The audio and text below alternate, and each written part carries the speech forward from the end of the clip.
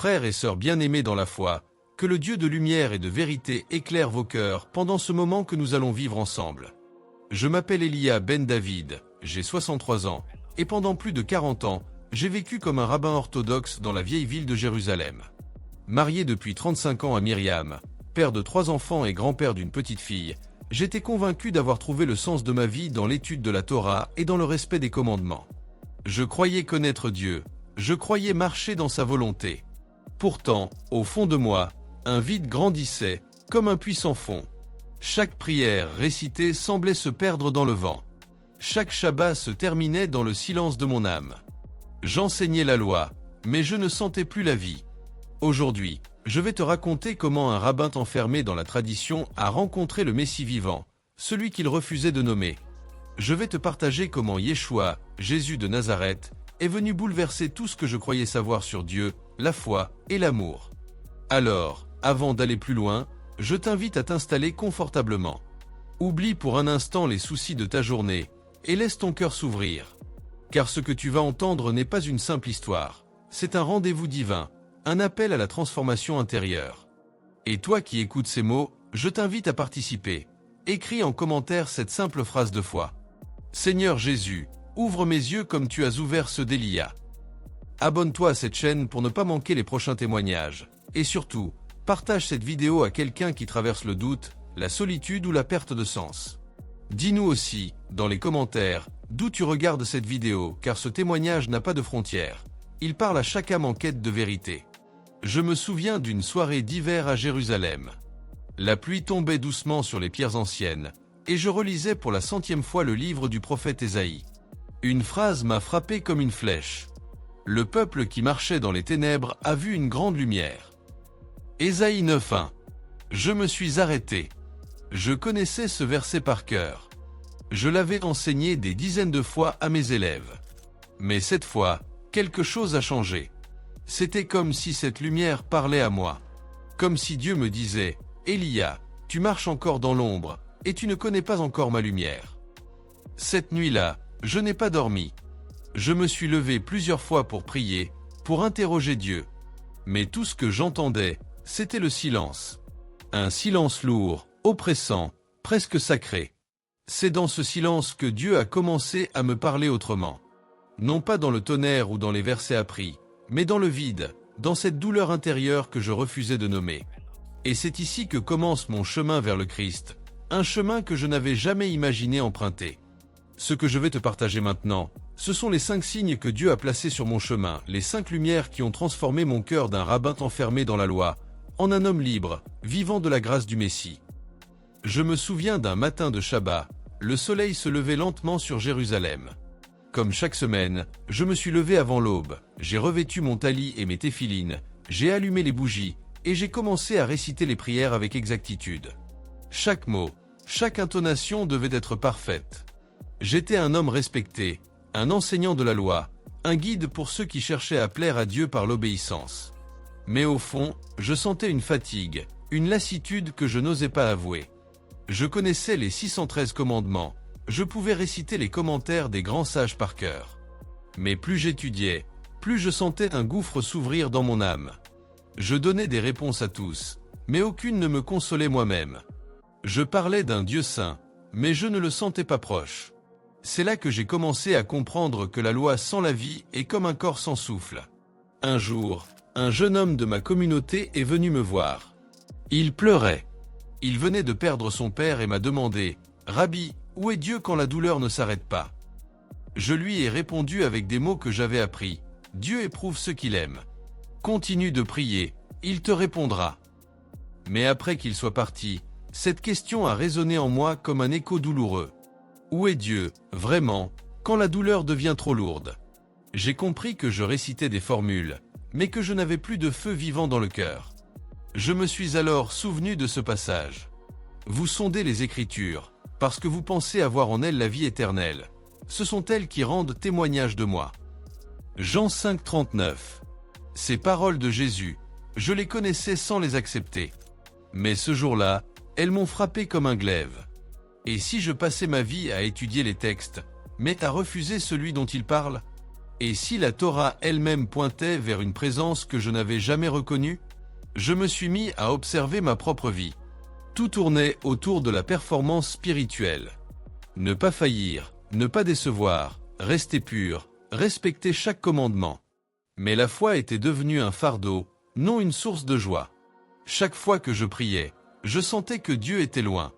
Chaque fois que je prêchais, mes paroles résonnaient dans le vide. Je parlais du Tout-Puissant, mais mon cœur restait sec, sans consolation. Je réalisais peu à peu que j'avais construit un mur de loi, un mur d'orgueil religieux, entre moi et Dieu. Je voulais plaire à Dieu sans avoir besoin de sa grâce. Je voulais être juste par mes œuvres, non par sa miséricorde.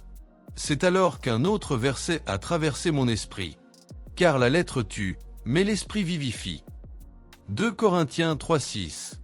J'ai lu et relu ce passage. Je luttais intérieurement. Ces mots contredisaient tout ce que j'avais appris, tout ce que j'avais enseigné. Mais dans le secret de mon cœur, je savais que c'était vrai. J'étais un homme de la lettre, mais sans la vie. Un soir, je suis resté seul dans la synagogue après la prière. Je me suis assis devant l'arche sainte où sont gardés les rouleaux de la Torah. Je me suis mis à pleurer. Pour la première fois, j'ai osé dire à Dieu, « Seigneur, je te cherche depuis des années, mais je ne t'ai jamais trouvé. Tu es là dans les textes, dans les traditions, mais où es-tu dans ma vie ?» C'était un cri sincère, brut, sans formule. Et ce cri m'a vidé. Un silence profond a suivi. Mais ce silence n'était plus oppressant. Il était doux. Comme si Dieu m'écoutait enfin, non pas comme un rabbin, mais comme un fils. Je me suis souvenu du prophète Ézéchiel. Je mettrai en vous un esprit nouveau, et j'ôterai de votre chair le cœur de pierre. Ézéchiel 36-26. Je comprenais peu à peu que Dieu ne voulait pas seulement ma fidélité, mais mon cœur. Il voulait m'apprendre à l'aimer, non seulement à l'honorer. Il voulait m'offrir la vie, pas une liste de règles. Pendant plusieurs mois, j'ai continué à enseigner, mais mon regard sur Dieu changeait. Je ne priais plus seulement par devoir, mais par soif. Je commençais à comprendre que Dieu ne se trouve pas dans la perfection, mais dans la relation. La foi n'est pas un exercice intellectuel, c'est une rencontre. Et cette rencontre, je ne la connaissais pas encore, mais je la pressentais. Quelque chose en moi me disait, tu marches vers la vérité, même si tu ne la comprends pas encore. C'était le premier signe. Dieu ne m'avait pas parlé dans le tonnerre, ni dans un miracle. Il m'avait parlé dans l'épuisement de mes certitudes. Quand la connaissance ne suffit plus, c'est là que la grâce commence à frapper à la porte. Je comprends aujourd'hui que beaucoup vivent ce que j'ai vécu. On connaît la religion, mais pas la relation. On parle de Dieu, mais sans jamais le laisser parler. On prie, mais sans attendre de réponse. La loi nous enseigne la justice, mais Jésus nous révèle l'amour. La Torah montrait le chemin, mais le Christ est le chemin. Je suis le chemin, la vérité et la vie. Nul ne vient au Père que par moi. Jean 14:6. Ce verset, je le fuyais autrefois. Aujourd'hui, il est devenu ma respiration. C'est dans cette recherche silencieuse que Dieu m'a conduit vers une épreuve que je n'attendais pas, la nuit du doute, celle où tout ce que je croyais s'est effondré. Et pourtant, c'est là que la voix de Dieu s'est fait entendre. L'air était dense, presque tangible, comme si chaque souffle transportait une présence invisible. Je marchais seul dans les ruelles étroites et silencieuses de Gaza, les pierres froides sous mes pieds, et pourtant ce n'était pas le vent ou la fraîcheur de la nuit qui me glaçait, mais le vide qui s'était installé dans mon cœur. Depuis plusieurs semaines, une question sourde me hantait. Dieu est-il encore là? J'avais prié avec ferveur, supplié avec désespoir, mais tout ce que je percevais n'était qu'un silence profond et pesant. Chaque Notre Père que je murmurais semblait se perdre dans l'obscurité. Chaque psaume résonnait comme un écho solitaire dans l'ombre. Et pourtant, je continuais d'avancer, porté par une force que je ne comprenais pas, un appel muet à persévérer malgré tout. Les lampadaires vacillants projetaient des halos d'or pâle sur les murs de pierre, et les chats errants glissaient comme des fantômes dans les ruelles désertes. La mer, au loin, murmurait son chant monotone, comme pour me rappeler que la vie continuait malgré mes tourments. Mais ce rythme naturel ne résonnait pas avec mon âme. Mon cœur criait, et le silence de Dieu me répondait, « Pas rien ». Je m'assis sur les marches froides d'une église abandonnée, dont les vitraux brisés laissaient filtrer la lumière de la lune en fragments colorés. Je priais maintenant non pas pour des miracles, mais pour ressentir, ne serait-ce qu'un instant, sa présence. Chaque mot de ma prière semblait se fondre dans le silence, et pourtant je sentais que ce silence n'était pas un vide total, mais un espace sacré, un lieu de rencontre invisible. Dans cette obscurité, j'ai compris que le silence de Dieu n'était pas un abandon, mais un appel à aller plus profondément, à chercher plus intensément. C'est dans cette solitude que j'ai commencé à écouter non pas avec mes oreilles, mais avec mon cœur. Chaque battement, chaque souffle, semblait résonner comme un rappel de sa présence invisible. Et dans ce silence, un frisson de chaleur parcourut mon être, une paix qui n'avait pas besoin de mots pour s'exprimer. Je n'étais pas seul. Dieu était là, non pas comme un spectacle éclatant, mais comme une force subtile qui remplissait l'espace intérieur de mon âme. Le doute, pensais-je, n'est pas l'absence de foi. C'est un feu invisible qui consume doucement, une tempête silencieuse qui trouble l'esprit et le cœur. Comme le prophète Élie sur le mont Horeb, je m'attendais à des manifestations spectaculaires, à des éclats de lumière ou à des voix tonitruantes. Mais Dieu me parlait dans le murmure discret, dans la respiration de mon âme, dans la profondeur de ma solitude. Je me suis souvenu de Thomas, l'apôtre qui douta. Jésus ne le condamna pas pour son incrédulité. Il l'invita à toucher ses plaies, à expérimenter la vérité par lui-même. Mon doute, à l'instant où je le ressentais, n'était pas une trahison de ma foi. C'était un appel à purifier ma foi, à la rendre vivante et personnelle, à ne plus simplement répéter des prières sans les ressentir. Je restais des heures sur ces marches, immobile, jusqu'à ce que le froid commence à m'atteindre. Et c'est alors qu'un changement subtil se produisit. Une paix douce et profonde envahit mon cœur, une lumière intérieure que je ne pouvais expliquer par des mots. Ce n'était pas une voix, ni une vision spectaculaire, mais une certitude muette. Dieu est toujours là, même quand tout semble perdu. Dans les Écritures, nous lisons que Dieu permet l'épreuve pour fortifier notre foi. Joseph en prison, Job dans sa douleur, et Jésus sur la croix ont tous expérimenté le silence divin. Ces moments de solitude et de questionnement ne sont pas des abandons, mais des préparations pour une révélation plus profonde. Mon doute était un pont vers une réalité plus vaste que je n'avais encore jamais expérimentée. Il m'appelait à persévérer, à chercher avec un cœur humble et ouvert. Alors que la nuit avançait, je priais avec plus d'intensité. Non plus pour obtenir des réponses immédiates, mais pour accepter l'inconnu et apprendre à écouter dans le silence. Les mots devinrent inutiles. Seule la prière intérieure, le dialogue silencieux avec Dieu, comptait. Chaque respiration se transformait en une offrande, chaque battement de cœur en un acte de foi. Lorsque les premières lueurs de l'aube apparurent, une clarté douce se répandit sur la ville.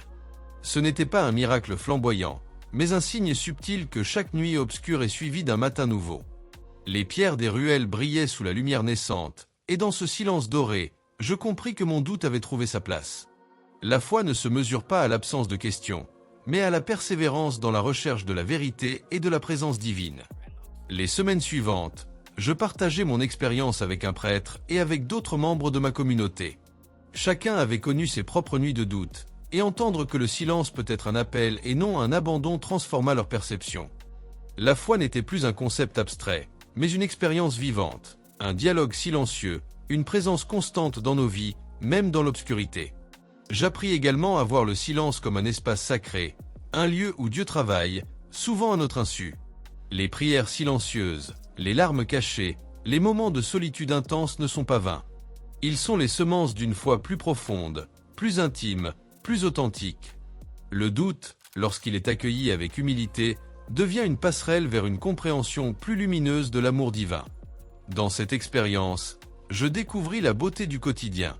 Les simples gestes, un sourire échangé, une main tendue, un moment de partage prenaient un sens nouveau. Je compris que Dieu se révèle autant dans la vie ordinaire que dans les miracles extraordinaires.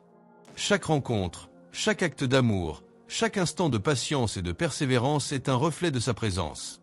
Mon cœur, transformé par cette nuit, devint plus attentif à la prière des autres, à leur souffrance et à leur joie. Je me mis à accompagner ceux qui traversaient leur propre nuit de doute, à leur rappeler que le silence n'est jamais un abandon, mais un appel à la persévérance et à l'espérance. Comme Jésus a guidé Thomas, j'apprenais à guider les autres non pas en donnant des réponses toutes faites, mais en les aidant à ressentir la présence de Dieu dans leur vie, même quand tout semblait silencieux. Je compris aussi que la nuit de doute est une épreuve universelle. Tous les saints, Tous les prophètes, tous ceux qui ont aimé Dieu ont connu des moments de vide apparents. Ces périodes ne sont pas des punitions, mais des invitations à approfondir notre foi, à transformer nos questions en prières, nos inquiétudes en confiance. Le silence devient alors une lumière invisible qui éclaire notre chemin de l'intérieur. Finalement, le doute ne fut plus mon ennemi. Il devint un compagnon, un guide discret qui m'enseigna l'humilité, la patience et la persévérance. Chaque prière silencieuse, chaque moment d'angoisse intérieure, chaque cri dans le vide se transforma en une rencontre intime avec Dieu. Mon cœur, qui autrefois s'était senti abandonné, déborda maintenant de paix et d'une confiance renouvelée. Cette nuit de doute m'a appris que la foi ne consiste pas à ne jamais questionner, mais à continuer d'avancer malgré l'obscurité. Elle m'a appris à écouter, à attendre, à discerner les murmures de Dieu dans le silence. Elle m'a rappelé que la lumière n'est jamais absente, même quand elle se fait discrète. Et alors que je marchais dans les ruelles de Gaza au petit matin, je réalisais que cette expérience n'était pas seulement personnelle. Elle appartenait à tous ceux qui traversent leur propre nuit de doute, à tous ceux qui cherchent la présence divine dans le silence. Le silence n'est pas un vide à craindre, mais un appel à la foi, à la prière et à la persévérance. Et dans ce silence, j'avais trouvé la certitude que Dieu est toujours là, patient, discret, aimant, attendant que nous tournions nos cœurs vers lui, même dans les heures les plus sombres. Le matin se levait sur Gaza comme un voile fragile de lumière dorée glissant sur les toits et les ruelles étroites.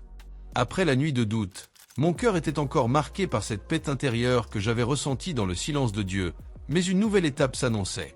Ce n'était plus seulement une quête de présence invisible. Il y avait maintenant une attente tangible, presque palpable, celle de voir la parole se faire chair, de sentir l'évangile prendre vie devant mes yeux. Je me rendais dans une petite église de quartier, humble, aux murs blanchis à la chaux et aux vitraux modestes. L'intérieur était empli de l'odeur des bougies et de l'encens, et les chants des quelques fidèles résonnaient avec une force inattendue. J'avais entendu parler d'un prêtre dont les sermons avaient cette capacité étrange et bouleversante, rendre la parole de Dieu vivante, comme si elle se matérialisait dans chaque geste, chaque phrase. C'était là que je devais être. Dès mon entrée, un calme intense m'enveloppa. Le prêtre, un homme d'une 60aine d'années, portait la soutane simple mais impeccablement entretenue. Ses yeux brillaient d'une sérénité qui semblait transcender le temps et l'espace. Lorsque son regard croisa le mien, je ressentis une étrange certitude. Aujourd'hui, quelque chose allait changer. L'office commença. Les lectures étaient celles du jour. L'Évangile selon Jean, où Jésus dit « Moi, je suis le pain de vie. Celui qui vient à moi n'aura jamais faim, et celui qui croit en moi n'aura jamais soif. » Jean 6h35. Mais alors que le prêtre lisait, je fus frappé par une sensation étrange. Chaque mot semblait vibrer autour de moi, toucher mon esprit, pénétrer mon cœur. La parole n'était plus un texte ancien, elle devenait une réalité présente, vivante, tangible. Après les lectures, le prêtre s'avança pour le sermon. Il ne parlait pas avec des mots impressionnants ou des phrases savamment construites, mais avec une simplicité et une authenticité déconcertantes. Et pourtant, chaque phrase résonnait avec une puissance que je n'avais jamais connue. Quand il parla de l'amour de Dieu, de sa miséricorde infinie, et du pardon offert à chaque âme, j'eus l'impression de voir ces vérités prendre forme devant moi. Je regardais autour de moi et je remarquai que d'autres fidèles semblaient eux aussi touchés par cette expérience. Certains fermaient les yeux, d'autres pleuraient doucement. Il n'y avait aucune ostentation, aucun miracle spectaculaire, et pourtant, la présence divine était palpable. La parole de Dieu n'était plus simplement lue ou entendue, elle se manifestait dans les gestes, dans les regards, dans l'air lui-même. Je me mis à prier intérieurement, demandant à Dieu de me permettre de comprendre pleinement cette rencontre. Et alors, comme un souffle léger mais puissant, je ressentis la vérité de l'Évangile se matérialiser dans mon cœur. Le Christ n'était pas distant ou abstrait. Il était là, ici et maintenant, dans cette humble église, dans la voix du prêtre, dans le cœur de chaque fidèle. Mon esprit était empli de questions. Comment cela était-il possible ? Comment la parole pouvait-elle se faire si vivante, si concrète ? Puis je me souvins des paroles de Saint Jean. Le Verbe s'est fait chair et a habité parmi nous. Jean 1h14. Le Christ, qui avait vécu, enseigné et aimé sur cette terre il y a 2000 ans, continue aujourd'hui de se manifester, non pas à travers des spectacles, mais à travers la vie et la foi de ceux qui le servent et l'écoutent. Je sentis mes doutes et mes peurs s'éloigner. Chaque mot prononcé par le prêtre, chaque prière silencieuse de la communauté, chaque geste de dévotion devenait un écho de la parole vivante. J'étais témoin d'un miracle discret mais profond, la foi incarnée, rendue tangible par l'amour, la présence et la dévotion. Au moment de la consécration, lorsque le prêtre leva l'hostie et le calice, une émotion intense m'envahit. Ce n'était pas seulement le mystère eucharistique, mais la reconnaissance que le Christ continue de se donner à nous dans le quotidien. Le pain et le vin, symbole de sa vie offerte, devenaient un visage de l'amour divin, un rappel que chaque rencontre avec la parole est aussi une rencontre avec le Sauveur lui-même. Après la messe, j'eus l'occasion de parler avec le prêtre et quelques fidèles. Leur témoignage était simple mais puissant. Une femme m'expliqua comment la lecture quotidienne de l'Évangile avait transformé sa peur en espérance. Un jeune homme raconta que le Christ l'avait soutenu pendant ses nuits de doute, et un autre fidèle me confia que chaque prière silencieuse avait le pouvoir de changer sa perception de la réalité. Tous partageaient la même expérience. La parole de Dieu, lorsqu'elle est vécue avec foi, devient une force vivante qui transforme le cœur et l'esprit. Je compris alors que cette rencontre n'était pas un événement isolé, mais une invitation à vivre la foi pleinement, à laisser la parole s'incarner dans chaque geste, chaque pensée et chaque action. Le Christ se manifeste toujours, mais il attend que nous soyons attentifs, ouverts, prêts à le reconnaître dans la vie quotidienne, dans les personnes autour de nous, dans les moments de prière et même dans les épreuves. Cette expérience me changea profondément. Je décidai de consacrer plus de temps à la lecture des évangiles, à la prière silencieuse, à la rencontre avec d'autres croyants. Je compris que la parole de Dieu ne se limite pas aux églises ou aux textes, elle vit dans chaque action de charité, dans chaque acte d'amour, dans chaque geste de pardon. Elle prend visage dans ceux qui incarnent l'amour du Christ et dans ceux qui le cherchent avec sincérité. Je commençai à partager mon expérience avec ma communauté, organisant de petites réunions de prière et d'échange. Chacun fut invité à réfléchir sur la manière dont la parole pouvait prendre visage dans sa vie. Très vite, je constatai des changements, des relations restaurées, des cœurs apaisés, des vies transformées. Le miracle n'était pas spectaculaire, mais il était réel et puissant, la parole vivante dans la vie de chacun. Au fil des jours, je continuai de méditer sur cette rencontre. Je revis chaque geste, chaque mot, chaque regard, et je compris que la foi ne se mesure pas à la grandeur des miracles visibles, mais à la capacité de reconnaître Dieu dans les petites choses, dans la vie quotidienne, dans la communauté et dans le cœur des autres. La parole, lorsqu'elle est vivante, ne peut jamais rester abstraite, elle prend visage et transforme ceux qui l'accueillent. Ainsi, ce troisième signe m'enseigna une vérité profonde.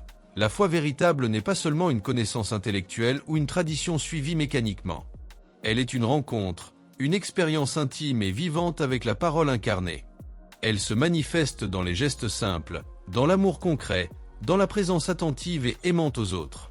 Et lorsque la parole prend visage, elle devient une lumière capable de traverser toutes les nuits, de répondre à tous les doutes et d'illuminer le chemin de ceux qui cherchent avec sincérité. La nuit tombait sur Gaza, dense et silencieuse, comme si la ville retenait son souffle.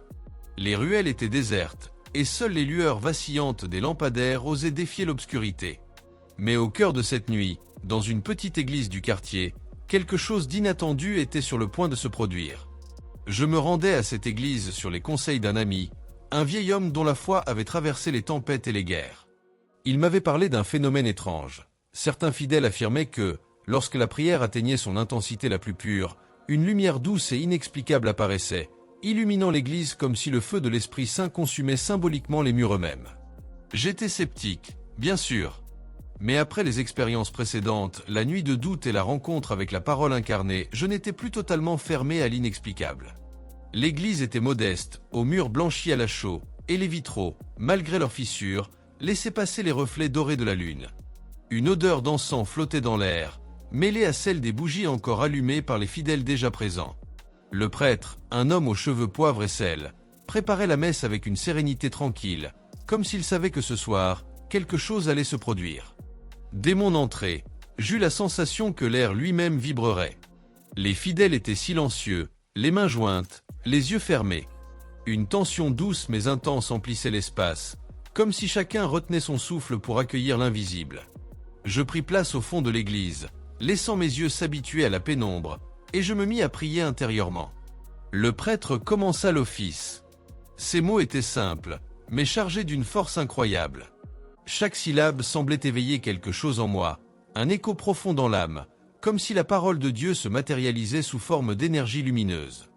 Les chants des fidèles s'élevèrent alors, harmonieux, vibrants, et bientôt, je remarquai quelque chose d'extraordinaire. Une lumière douce mais distincte commençait à danser sur les murs de l'église, là où aucun vitrail ou bougie ne pouvait l'expliquer. Ce n'était pas un feu destructeur, mais un feu sacré, un feu qui semblait purifier et illuminer chaque pierre, chaque poutre, chaque cœur présent dans l'assemblée. Les couleurs des vitraux se reflétaient avec une intensité inouïe, et les visages des fidèles s'illuminaient d'une paix et d'une joie profonde. Je me sentais comme enveloppé par ce feu invisible, et à chaque prière, chaque chant, il semblait croître, comme si l'amour de Dieu transperçait les murs et pénétrait nos âmes. Dans ce moment, je compris une vérité essentielle.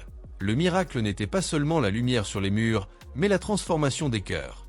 Chacun présent ressentait quelque chose d'indescriptible, le pardon, l'espérance, la réconciliation avec soi-même et avec Dieu. La prière collective n'était pas seulement un rituel, mais une force vivante, capable de manifester l'invisible dans le tangible. Mon esprit était submergé par l'émotion. Je me souvenais des Écritures. Le Seigneur est mon berger, je ne manquerai de rien. Même si je marche dans la vallée de l'ombre de la mort, je ne crains aucun mal, car tu es avec moi. Psaume 23, 1-4. Et maintenant, je comprenais que ce feu, cette lumière, était la manifestation de cette promesse. Dieu n'abandonne jamais ceux qui l'invoquent avec sincérité. Je levai les yeux vers le prêtre, qui souriait doucement, les mains levées en signe de bénédiction. Il ne parlait pas, et pourtant tout semblait compris. Chaque geste, chaque mouvement, chaque mot murmurant une prière collective participait à ce feu sacré. La lumière semblait répondre à notre foi, à notre amour, à notre désir de rencontrer le divin. Autour de moi, les fidèles se confiaient des murmures émerveillés. Une mère racontait comment sa fille, autrefois en colère et révoltée, venait de trouver la paix. Un jeune homme, longtemps découragé par la vie dans la ville, pleurait doucement, disant qu'il sentait l'amour de Dieu pénétrer chaque fibre de son être. Tous ces témoignages, si simples et sincères, formaient un cœur invisible qui rendait l'expérience encore plus forte. Je compris que ce signe, ce feu et cette lumière, n'étaient pas des illusions ou des coïncidences. Ils étaient le résultat d'une foi vivante, incarnée, collective.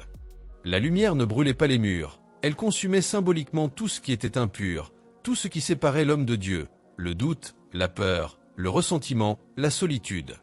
Ce n'était pas un miracle spectaculaire destiné à impressionner, mais un miracle intime et profond, la transformation des cœurs, l'unité dans la foi, l'expérience tangible de la présence divine. J'étais témoin d'une vérité biblique. Je suis avec vous tous les jours, jusqu'à la fin du monde. Matthieu 28, 20. Ce feu et cette lumière étaient la preuve que Dieu agit encore, discrètement, puissamment, dans le cœur de ceux qui l'accueillent. Chaque prière, chaque chant, chaque geste contribuait à faire grandir cette lumière. Je sentis mes propres doutes s'éloigner, remplacés par une certitude intérieure que je n'avais jamais connue. Le feu de l'amour de Dieu n'était pas destructeur. Il était créateur, purificateur, sanctifiant. Après l'office, le prêtre invita ceux qui le souhaitaient à s'approcher. Chacun posa ses mains sur les murs, sur les bancs, sur les pierres, et nous ressentîmes tous une chaleur douce et vivifiante. Je compris que cette expérience n'était pas limitée à cette église ni à cette nuit. Chaque acte de foi, chaque prière sincère, chaque geste d'amour véritable pouvait allumer ce feu sacré dans nos vies quotidiennes. Je me mis à réfléchir à mon propre chemin. Combien de fois avais-je douté, fui ou ignoré les signes de Dieu? Et pourtant, ce feu et cette lumière m'avaient trouvé. Ils étaient venus non pas pour me condamner, mais pour me purifier, me réconcilier avec la foi et me montrer la puissance du divin dans le quotidien. Au fil des semaines suivantes, je partageais cette expérience avec ma communauté. Chacun fut invité à accueillir le feu de Dieu dans sa vie, par la prière, par le pardon, par l'amour du prochain. Les transformations furent silencieuses mais puissantes, des cœurs apaisés, des relations restaurées, des vies illuminées par la foi.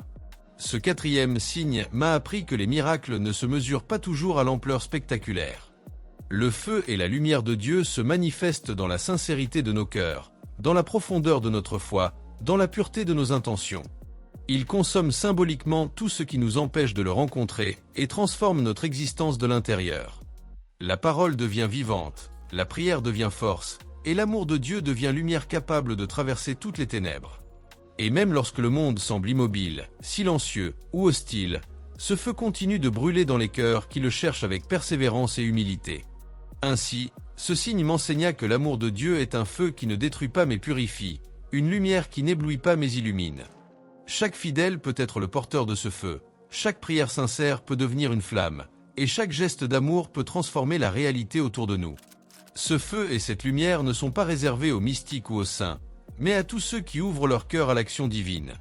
Et tandis que je quittais l'église, mais pas résonnant sur les pierres anciennes, je savais que ce feu et cette lumière m'accompagneraient toujours. Non seulement comme un souvenir, mais comme une force vivante, un appel à poursuivre la foi, à aimer davantage, et à laisser l'amour de Dieu consumer les murs de nos peurs et de nos doutes, pour illuminer le chemin de tous ceux que nous rencontrons. L'aube se levait sur Gaza avec une lumière timide, effleurant les toits et les ruelles encore endormies. Après la nuit de doute, la rencontre avec la parole et le feu sacré qui illuminait les cœurs, il me semblait que ma quête de Dieu atteignait un nouveau sommet. Mais ce cinquième signe n'était pas un feu spectaculaire ni une lumière éclatante. Il s'agissait d'une guérison, d'une restauration profonde, d'une expérience où l'amour de Dieu se manifestait dans la continuité, dans la vie quotidienne et dans la transformation de ce qui semblait perdu. Je marchais dans les ruelles silencieuses, la tête basse, méditant sur tout ce que j'avais vécu. Chaque pierre, chaque souffle de vent semblait murmurer une invitation à l'espérance. Je me rendais à la petite chapelle de la communauté, un lieu humble mais vibrant de foi, où l'on célébrait souvent la messe pour ceux qui avaient besoin de réconfort et de guérison. C'était là que, selon les anciens de la paroisse, la source de vie se manifestait le plus clairement, non pas à travers des miracles spectaculaires, mais par la restauration des cœurs, des vies et des relations. À mon arrivée, l'odeur de l'encens et des cierges chauds m'accueillit. La chapelle était petite, aux murs blanchis à la chaux, mais les vitraux peints de couleurs vives projetaient des éclats lumineux sur le sol et les bancs. Les fidèles étaient déjà là, assis en silence, les mains jointes, l'esprit tourné vers Dieu. Certains fermaient les yeux, d'autres murmuraient des prières, et je ressentis immédiatement que quelque chose d'extraordinaire allait se produire, même si aucun feu ou lumière visible ne venait me le rappeler. Le prêtre, un homme à la voix douce mais ferme, commença l'office par un moment de silence. Il invita chacun à déposer ses fardeaux, ses blessures, ses regrets, et à ouvrir son cœur à l'action de Dieu. Je fermais les yeux et laissais mes pensées dériver, mes peurs, mes doutes, mes blessures, tout semblait se confondre dans une prière silencieuse mais intense. Et dans ce silence, je sentis une présence, douce et réconfortante, qui m'invitait à me laisser transformer. Alors que le prêtre récitait les prières de guérison, je remarquai que les visages autour de moi commençaient à changer. Il ne s'agissait pas d'un changement spectaculaire ou instantané, mais d'une transformation subtile, profonde. Des épaules se détendaient, des larmes silencieuses coulaient sur des joues tendues, des cœurs s'ouvraient à l'espérance. Chacun, à sa manière, expérimentait la restauration de ce qui semblait perdu.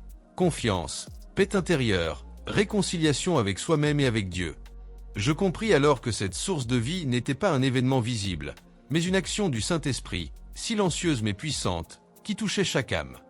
Le miracle résidait dans la transformation intérieure, dans la capacité de retrouver la paix, la joie et l'espérance là où il n'y avait que doute, peur et solitude. Mon esprit tourbillonnait entre émerveillement et gratitude.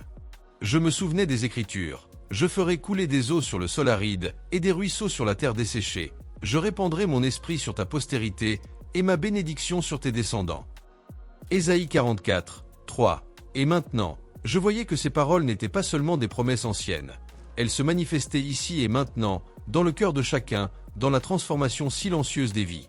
Je me mis à prier intérieurement, demandant à Dieu de continuer cette œuvre en moi et autour de moi. Je pensais à toutes les blessures, tous les regrets, toutes les relations brisées que j'avais observées dans ma propre vie et dans celle des autres. Et je compris que cette source de vie ne se limitait pas à un instant de prière. Elle était un appel à vivre continuellement dans la foi, la réconciliation et l'amour.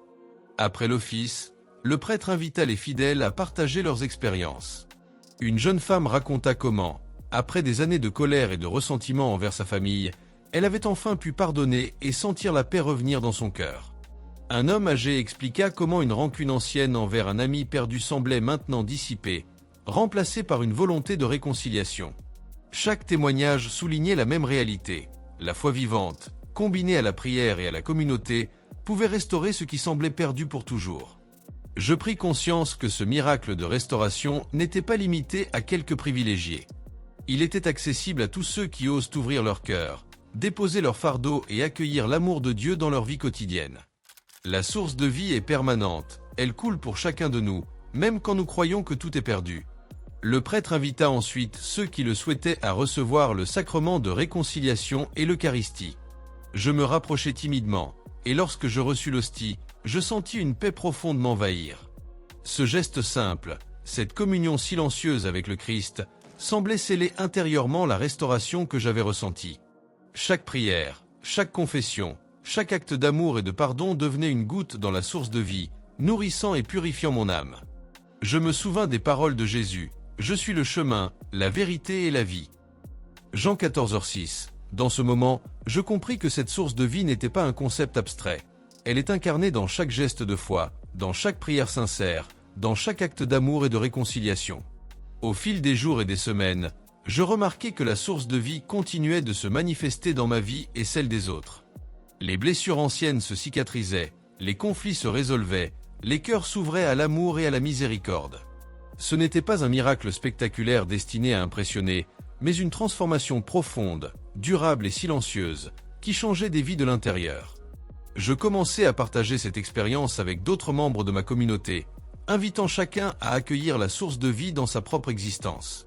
Les discussions, les moments de prière collective et les gestes de charité devinrent des occasions pour chacun de participer à ce flux de guérison et de restauration. La foi se manifestait dans l'action concrète, et chacun pouvait sentir que Dieu travaillait réellement dans sa vie. Ce 5e signe m'enseigna une vérité essentielle. Les miracles ne se mesurent pas toujours par leur visibilité ou leur spectaculaire. La véritable manifestation de Dieu se produit souvent dans la restauration silencieuse et profonde des cœurs, dans la réconciliation, dans le pardon, dans l'amour que nous partageons avec les autres. La source de vie est cette force constante et douce qui transforme l'invisible en réalité, le désespoir en espérance, la douleur en paix. Je compris également que cette source de vie n'est pas limitée à un lieu ou à un moment précis. Elle est accessible à chaque instant, dans chaque prière, chaque geste de charité, chaque acte d'amour sincère. Le Saint-Esprit continue de couler, restaurer et purifier, même dans les vies les plus brisées. Chaque jour, je m'efforçais de vivre en conscience de cette source de vie. Les moments de doute ou de fatigue ne disparaissaient pas, mais je savais maintenant où puiser ma force.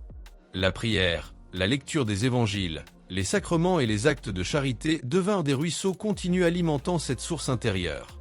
Je compris que la restauration de Dieu n'est pas un événement unique, mais un processus permanent, une invitation à continuer de chercher, d'aimer et de pardonner. Je revis chaque scène de ma vie, chaque blessure ancienne, chaque relation difficile, et je constatais que, petit à petit, tout prenait un sens nouveau. La peur et le doute s'effaçaient devant l'amour constant et patient de Dieu. La source de vie était là, active, puissante et accessible à tous ceux qui osent la recevoir. Conclusion intérieure, sans clore la série. Ainsi, ce 5e signe m'enseigna que Dieu restaure ce qui semblait perdu, non pas toujours par des signes spectaculaires, mais par la transformation silencieuse des cœurs et des vies.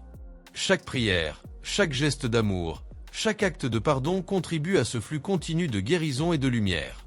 La source de vie est permanente, elle coule pour chacun de nous, et il suffit d'ouvrir son cœur pour la recevoir. En quittant la chapelle, je sentais en moi une paix profonde et durable. Je savais que ce que j'avais expérimenté. La nuit tombait sur Gaza avec une douceur inhabituelle, comme si la ville retenait son souffle, attentive à quelque chose qui dépassait le visible. Après avoir traversé le doute, rencontré la parole incarnée, ressenti le feu sacré, et puisé dans la source de vie, j'étais arrivé à un moment que je n'avais jamais imaginé. Un moment où Dieu ne se contente plus de me toucher, mais transforme chaque fibre de mon être. C'était l'éveil, la réalisation que toute ma vie pouvait devenir un témoignage vivant de son amour. Je me tenais au seuil d'une petite chapelle, les mains jointes, le cœur battant, et je regardais les rues silencieuses. Tout semblait normal, mais je savais que l'invisible était à l'œuvre. Une lumière douce, presque imperceptible, filtrait à travers les vitraux et dessinait des couleurs sur le sol. Je me sentis enveloppé par une présence familière et pourtant nouvelle, le Christ lui-même, non pas sous la forme d'un homme de l'Antiquité, mais vivant ici et maintenant, dans l'instant et dans le cœur de chacun. Le prêtre commença à parler, mais ses paroles semblaient s'adresser directement à mon âme. Ouvre ton cœur et vois comment Dieu agit. Même dans la nuit la plus sombre, même lorsque tout semble perdu, son amour peut transformer chaque vie. Je me mis à prier silencieusement, laissant mes émotions, mes regrets et mes espoirs se mêler. Et alors, Un phénomène incroyable se produisit. Je ne vis pas de lumière spectaculaire ni de feu visible, mais je ressentis une chaleur douce et vivifiante qui parcourait tout mon corps, comme un souffle du Saint-Esprit. Mon cœur, mes pensées, mes blessures anciennes, tout semblait lavé, purifié, prêt à renaître. Chaque doute, chaque peur, chaque sentiment d'échec se dissolvait dans cette énergie divine. Autour de moi, je remarquais les autres fidèles, chacun plongé dans sa propre expérience. Une jeune femme pleurait de soulagement après avoir prié pour sa famille fracturée. Un homme âgé souriait en silence, les yeux brillants, car il avait enfin trouvé la paix dans son cœur.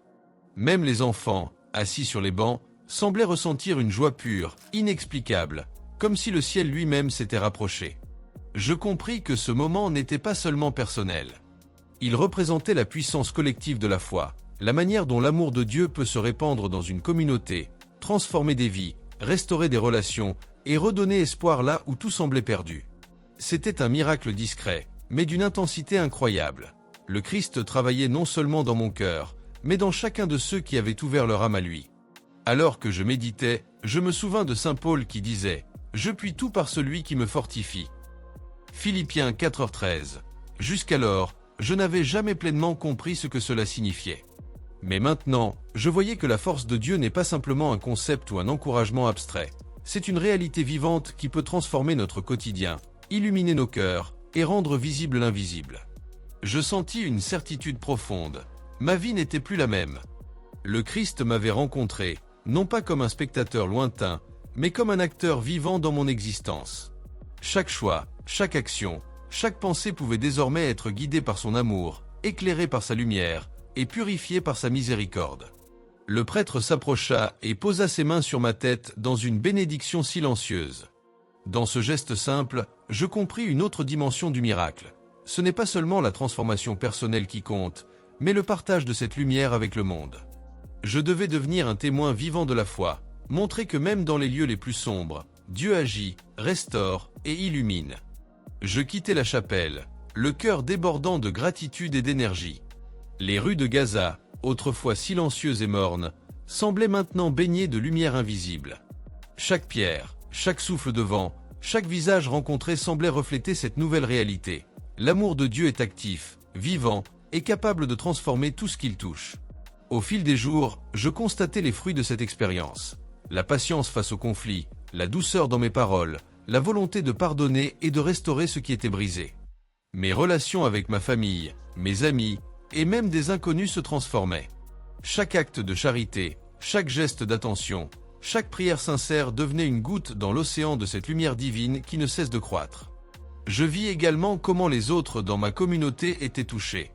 Ceux qui avaient assisté à l'office commencèrent à partager leurs expériences, leurs prières et leurs joies. Une petite chaîne de lumière et d'amour se formait, intangible mais puissante, prouvant que l'action de Dieu dépasse de loin nos perceptions limitées. Ce moment bonus m'enseigna une vérité fondamentale. La foi n'est pas un événement ponctuel, ni un simple rituel. Elle est un processus vivant, une rencontre continue avec Dieu, qui transforme progressivement chaque aspect de notre existence. Comme Jésus l'a dit, « Je suis le chemin, la vérité et la vie ». Jean 14h6. L'éveil dont j'ai été témoin n'était pas un feu éphémère, mais une lumière durable, un appel à vivre chaque jour dans l'amour, le pardon et la compassion. Je compris aussi que l'éveil ne se limite pas aux grandes expériences spirituelles. Il se manifeste dans les gestes quotidiens. Un sourire offert, une parole de réconfort, un acte de charité discret, une prière silencieuse. Tout cela contribue à diffuser la lumière divine, à manifester la présence de Dieu dans le monde, et à transformer même ce qui semble perdu ou sombre. Alors que je marchais dans la ville, je pris conscience de ma responsabilité. Je devais être porteur de cette lumière, témoin de cette transformation, et inviter les autres à découvrir la source de vie. Chaque rencontre, chaque conversation, chaque sourire devenait une occasion de refléter la lumière que j'avais reçue. Je sentais que l'éveil n'était pas un point final, mais le début d'une mission, celle de vivre pleinement la foi et d'inspirer les autres à faire de même. La nuit avançait, mais pour la première fois, elle ne me semblait plus menaçante. Elle était douce, enveloppante, parce que je savais que la lumière de Dieu, invisible mais puissante, illuminait désormais non seulement mon cœur, mais aussi mon chemin. La ville semblait respirer avec moi, comme si chaque pierre, chaque souffle de vent, chaque être vivant participait à cette célébration silencieuse de la foi et de l'amour divin. Ainsi, le moment bonus m'a révélé une vérité profonde. Dieu ne se contente pas de nous toucher ponctuellement, il nous transforme. Il fait jaillir la lumière dans nos ténèbres, restaure ce qui est brisé, et nous invite à devenir des témoins vivants de son amour. Chaque instant de foi sincère est une goutte dans cette source de vie, chaque prière est un appel à la transformation, et chaque geste d'amour reflète la lumière de Dieu dans un monde qui en a profondément besoin. Et tandis que je quittais les ruelles de Gaza, avec le vent léger caressant mon visage, je compris que cette lumière, cette source de vie, n'était pas un souvenir, mais une réalité vivante. Une réalité